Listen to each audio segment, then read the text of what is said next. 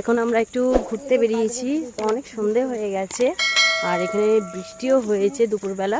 তাও ঠিক আছে, পরিষ্কার আকাশ আছে, যেইটুকুনি আপনাদেরকে দেখাতে পারি ব্লগে দেখানোর চেষ্টা করব। এখানে সুন্দর সুন্দর মাঠ আছে, খুব সুন্দর সুন্দর গাছপালা আছে, সেগুলোও আপনাদেরকে দেখাবো। এই হচ্ছে ধান ক্ষেত আর এই আমরা যাচ্ছি, একটু লেট হয়ে গেছি বাট ঠিক আছে, তাও খুব সুন্দর রাস্তাঘাট আর জায়গা। আর এদিকটা হচ্ছে জঙ্গল আছে।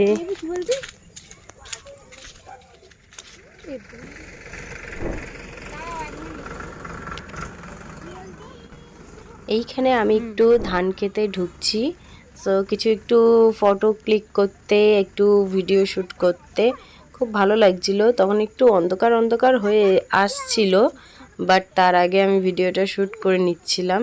দেখুন, ভালো লাগবে আপনাদের।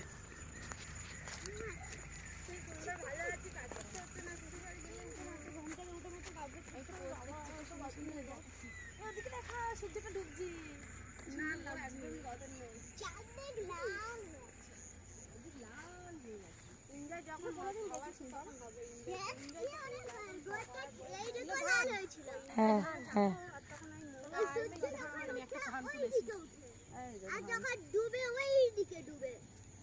আমার পিছনে যে গাছগুলো দেখছেন এগুলো হচ্ছে তিল গাছ, তো আপনাদেরকে ওগুলো একটু দেখাই। এই হচ্ছে তিল গাছ। কোনগুলো তিল দেখা? এই ভিতরে তিল আছে। এই যখন বড় হবে, এটা ভাঙা, এটা ভাঙ। এগুলো ছোট দানা এখন হয়নি, এই যে এগুলো আর পাকবে, আর একটু লম্বা হবে, পাকবে তখন এগুলো তিল হয়ে যাবে।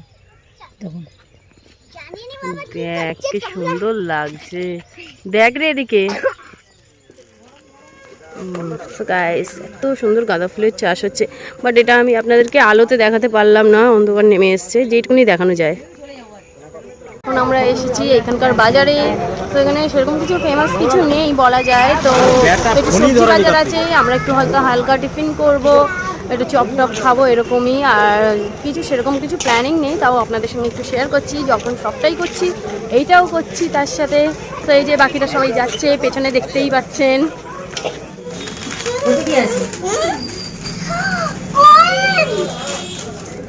কত ওর? কি চিপসের সাথে ঘোরা ঘোরা প্যাকেট ঘোরা, ইয়ে পেটিএম থেকে পেয়েছে। গাইস, আমরা যাদের বাড়ি এসেছি তাদের বাড়িতে মানে ননভেজ বলতে চিকেন, রসুন, পেঁয়াজ এগুলো কিছুই হয় না, শুধু আমরা এসেছি বলে তার জন্য মানে এটা একটা অ্যারেঞ্জ করা হয়েছে। বাট আমরা একটু পিকনিক টাইপের করবো, এটা ঘরে রান্না হবে না, আমরা একটু বাইরে গিয়ে উনুন নিয়ে মাঠে রান্না করব, সেটাও আপনাদের সাথে শেয়ার করব। খুবই এক্সাইটেড আমি যে কীরকম হয়, তো চলুন দেখুন, একটু ভালো লাগবে আপনাদের। এই হয়ে গেছে চিকেন আনা, আর এখানে যে রসুন টসুন সব আমরা আয়োজন করছি, আর বাইরে রান্নাটা হবে। তো গাইস, আমাদের পিকনিক এখানে শুরু হয়ে গেছে, গরমকালে পিকনিক। কি রেডি, কি রেডি দেখি? হ্যাঁ, পিকনিকের জন্য তো রেডি ড্রেস করে। ওরে বাবা, আর এখানে আমাদের পিকনিক গরমকালে, এই যে লাইট ফাইট সব রেডি আমাদের। দেখো, আমি মাংস রান্না করছি উনুনে। রিশু উনুনে রান্না করছে, জোর জ্বালন দিয়ে দিয়েছি। টাকা।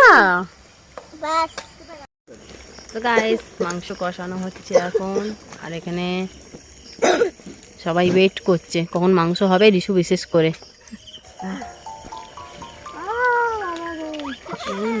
কোন মাংসটা?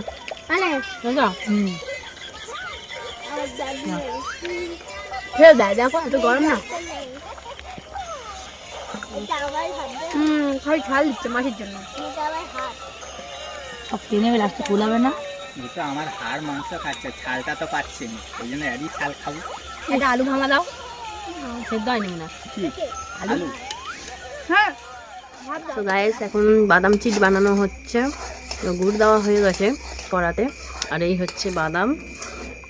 আপনাদেরকে শেয়ার করি আমাদের কত কিছু এখানে বানানো হচ্ছে, সব ব্লগগুলো একটু ঘন ঘন হয়ে গেলে তখন ওটা হয়ে যায়।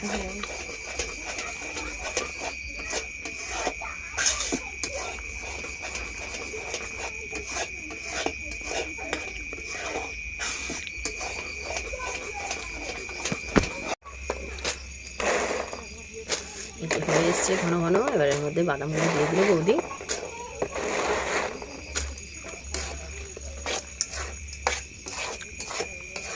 What a lovely colour.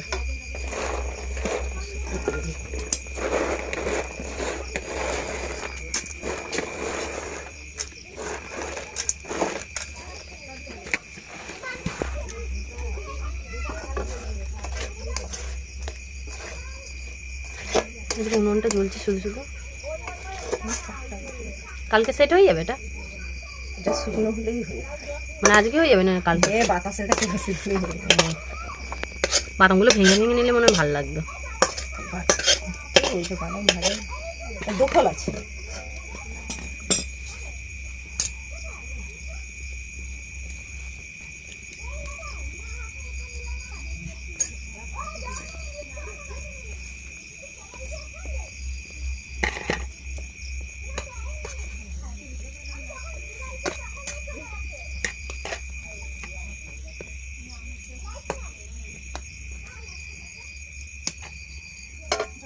হয়ে গেল, বাতাস হয়ে গেলেই শুকনো হয়ে যাবে। আর এখানে আমসত্ত্ব বানানোর রেসিপি চালু হয়ে গেছে। সবার আগে তো শ্রাবণী আমগুলোকে ঘষে পুরো আমের পিউরি বানিয়ে নিচ্ছে। তারপর আস্তে আস্তে স্টেপ বাই স্টেপ আপনাদেরকে দেখাবো। পুরো আমসত্ত্বর রেসিপিটা এই ব্লগে আপনাদের সাথে শেয়ার করব।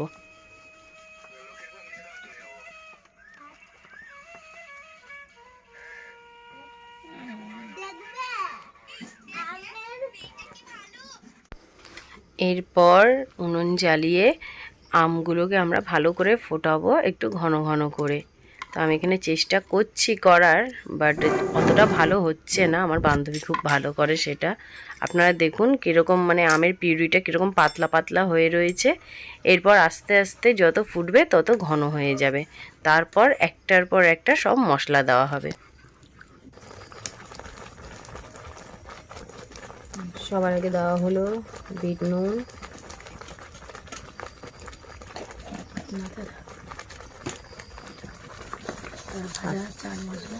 একটা ভাজা মশলা। এরপর দেওয়া হয় ভাজা মশলা। ঠিক এরকম ঘন ঘন হয়ে এলে তখনই দিতে হয়।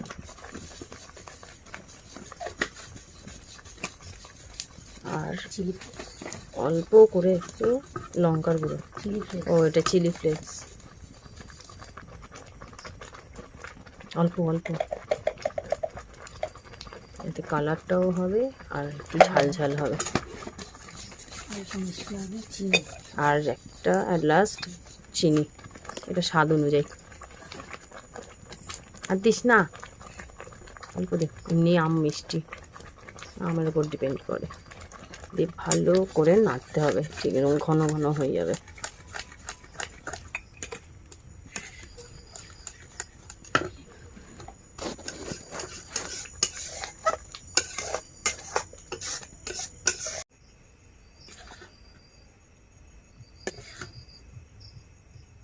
এরকম ঘন ঘন হয়ে গেলে তারপর এদিকে প্লেটগুলো আমরা পরপর সাজিয়ে নেব। আর অল্প করে একটু সাদা তেল দিয়ে ভালো করে মাখিয়ে নেব প্লেটগুলো।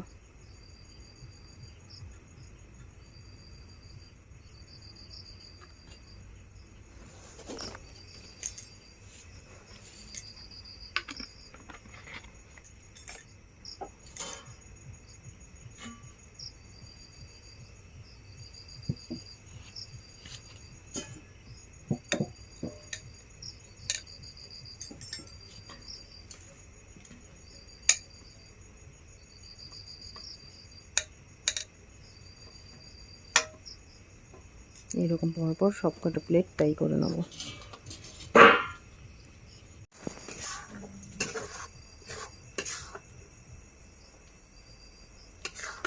আর এক একটা থালাতে নিয়ে ভালো করে ঘোরাতে হবে প্লেন করে।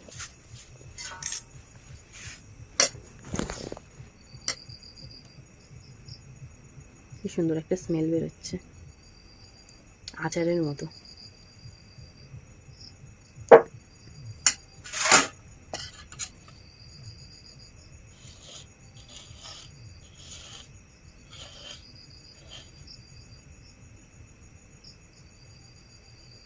এইভাবে প্রত্যেকটা থালায় করতে হবে।